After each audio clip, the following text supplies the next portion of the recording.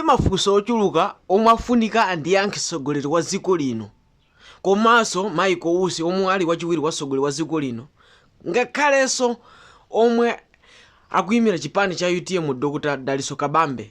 Ndifuna andiyankhe kunena kuti kodi asilamu mumayitana kumwambo onyamula mtanda, njira ya mtanda mulipo mwayitana?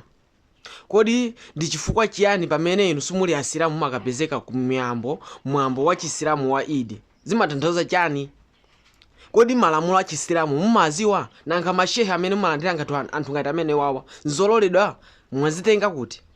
Mumazitenga kuti mashehe kuti mwayitana anthu andale pamene anthu osiya asilamu akapemphere nawo kumwambo osawakhuza? Ndi chifukwa chiyani mumachita izi? Kodi mashehe enu ndi anthu adyera mwa mtundu wanji, anthu opanda manyazi? Mashehe ushehe wa mtundu wanji woyitana anthu, owalolera anthu wayitana andale pamene anthu mwambo sukuwakhuza? Imodzi wa maiko amene akana kuti nkhondo ya ku Israel ndi Gaza ithe. Polankhula ndi wesino mkulu wa bungwe la Frank Jonam ati mtsogoleri wa dziko linoyo ndi mthira kuwiri wati bodi la bungwe la UN lasindikiza tsamba lawo la intaneti. Makalomwe lasindikizira tsamba lawo la intaneti laonetsa kuti maiko monga United States komanso dziko lino anakana zaganizoli omwe maiko ena kwana 8 anavomereza kuti nkhondo ithe maiko awiriwa kana kuti ana komanso amayi ochuluka akuluza miyoyo. Achola olongosola zambiri.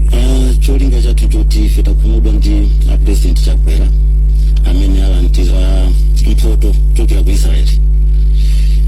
Ife luziwa Malawi Chakwera anavotera kuti nkhondo ya ku Israel ya Israel ndi Palestine kuti ipitirire. Ndi ife tikukhumudwa lero kuti iwo afuna kapemphere nawo asilamu pamene ndi omwe avotera kuti nkhondo ipitirire, kuti chima omwe akumwalira ambiri mbiri ma thousand ku Gaza. Ndiye ife okhumudwa ndasilamu omwe amene mashehe ndasilamu onse bayitana a president amene kuti akakhale nawo pamapemphero amene waiti. Tikudziwa kuti mashehe amene ndasilamu amene ayitana chifukwa chokunda ndalama zomwe apasidwa, ndalama za magazi zomwe alandira iwo. Tikudziwa kuti President Chakwera ndi mthira kuwiri.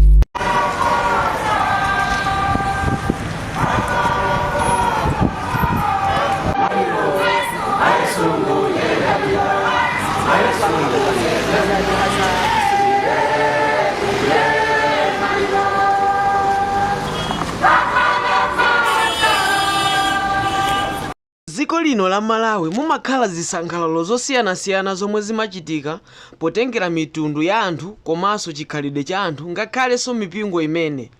Pamakhalanso zisangalalo zina zimaza kamba ka zipani zosiyanasiyana zomwe zili dziko lino la Malawi. Komanso pali zinthu zosiyanasiyana zomwe zimachitika zosembana ndi ndale, pali zinthu zina zimakhalanso gawo la ndale.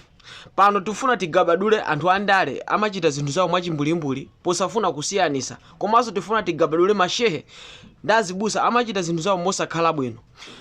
Tinali mwezi wa Ramadhani wa anthu osala kudya asilamu amasala kudya ende akamaliza amakhala ndi chisangalalo chawo chochedwa Idi. Koma zodabwisa kwambiri taona atsogoleri osiyanasiyana akukapezeka ku miyambo ya Idi pamene iwo osali asilamu. Chodabwisanso kwambiri mtsogoleri wa dziko lino Dr. Lazarus Chakwera ankalimbikisa kuphedwa anthu ku Israeli, Mapalestina kumaphedwa kumene kucha kwa asilamu kumaphedwa kumakavotera kumene kuti ndi upitirire. Koma yomweyenso tamuonanso akupitanso ku mzikiti kukapemphera ku chipembedzo cha asilamu. Zikutanthauza chani? Taona akabambe omwe iwo si asilamu koma akapanga join dongosolo la asilamu. Kodi amene ankalandira amene ani ndani? Kodi amafunako chiyani? Pamene izi zosiyana ndale ndi chipembedzo. Munthu Khristu sakuyenera kukapemphera mwambo wa chipembedzo cha chisilamu kapena kuti celebration ya asilamu sakuyenera kuchita. Ndikulakwira malamulo a chipembedzo cha chisilamu.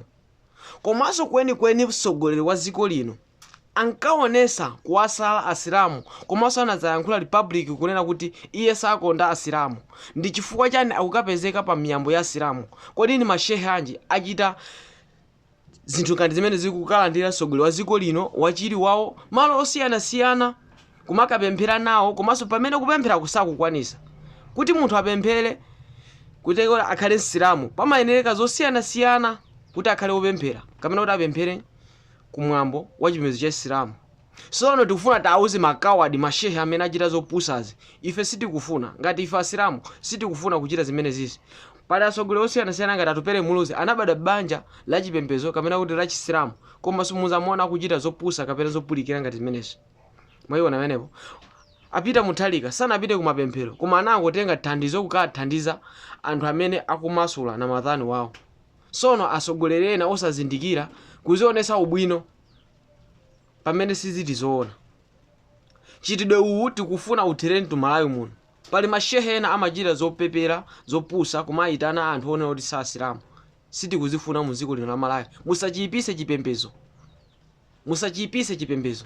Mwaona Enoch Chihana ndi mtsogoleri wodekha. Timati kuti Malawi muno muli atsogoleri wodekha kapena kuti oganiza bo, ndi atsogoleri amene sanachite zinthu zogabaduka kapena kuti zopusa ngati zimene zachitikira. Mwayiona takhanda atsogoleri osiyanasiyana. Bingwa Muthalika sinamuone pali yambakata kumapita mchipembedzo china chake kapena kuti kukapezeka pamwambo wa Chisilamu. Mtsogoleri wa Ford sanachite zimenezo. Ndiye ili nkhalidwe kapena mchitidwe uwu sangavoterede achakwera chifukwa kuti apezeka pamwambo wa chipembedzo cha Chisilamu. Komanso mashehe amene mukumalimbikisa kutenga andale kumapita nawo muzipembedzo kumapemphera nawo, zimenezo sitikufuna. Musayipise Chisilamu, musapatikize Chisilamu ndi ndale. Ngati mufuna kulandira ndalama mwa atsogoleri ukalandire ndalamazo, koma musalandire ndalamazo kapena kuti muchigulitse Chisilamu. Musachipeperese Chisilamu, sitikufuna. Komanso achakwera ni munthu osamva. Ifaka pati panayankhulira kuona kuti sakuyenera kukapezeka kumwambo wa Idi. Last year anthu ambiri anadandaula dziko muno kamba kakupezeka kwawo. Ino ndikufunseni achakwera, mulipo mwaona Asilamu akupezeka akunyamula akuyenda njira ya mtanda? Mumayenda njira ya mtanda akhristu inu ndi Asilamu angati kapena ndi mashehe angati amene mwayitana nomapezeka kumene kujako? Kapena ndi anthu angati achisilamu ino mashehe tikufuna tikufunseni amene mukalandira Michael Wusi, Manganya, Akabambe kumakapanga mwambo wa chipembedzo cha Chisilamu pamene sakuziwa malamulo amapempheredwe a Chisilamu? Mulipo mwayitanidwa ku njira ya mtanda osachipeperesa Chisilamu, osachigulisa Chisilamu. Ife Asilamu sitikufuna zimenezo. Musachiyipise chipembedzo, sitikufuna mchitidwe umenewo. Tinga upite kwa mashehe amene amapanga chinyengo ngati chimenechi, ndipo asogoleriso uthenga ukupezeni. Mtsogoleri wa zeru mwamona Muthalika amatenga chokudya kuwapasa anthu kwathandiza, osati kupita mmene mwakapemphera kapena mwakasokoneza mapemphero pamene iwe suli Silamu. Tupele Muluzi mwamona ali chete anangokhala, sanali jijiri mwina kusokoneza mwina kuthamangira kumalo kwina kwa kuti akapemphera akaoneke kuti iye ndi idolo. Sitikufunanso kuti chaka chammawa timvenso atsogoleri ena akupitaso kumapemphero a Chisilamu pamene munthu asali Msilamu. Muzichepese mmene azichepesera Atupele Muluzi, muzichepese mmene wazichepesera Enoch Chihana, chepese mmene wazichepesera Atupele Muluzi. Komanso ngakhalenso mtsogoleri wopuma wa dziko lino Dr. Peter wa Muthalika. Sitikufuna kuti tizimvenso kuti atsogoleri ena akupitanso ku Idi pamene munthu asali Silamu. Lahiri KTV timakupasirani nkhani zosiyanasiyana za ndale zimene zikuchitika dziko lathu lino. Tapangani like and subscribe kuti zambiri zizikupezani mosavuta. Komanso sole anthu onse amene mumatisatira ife Lahiri KTV pakusowa kwa masiku angapo.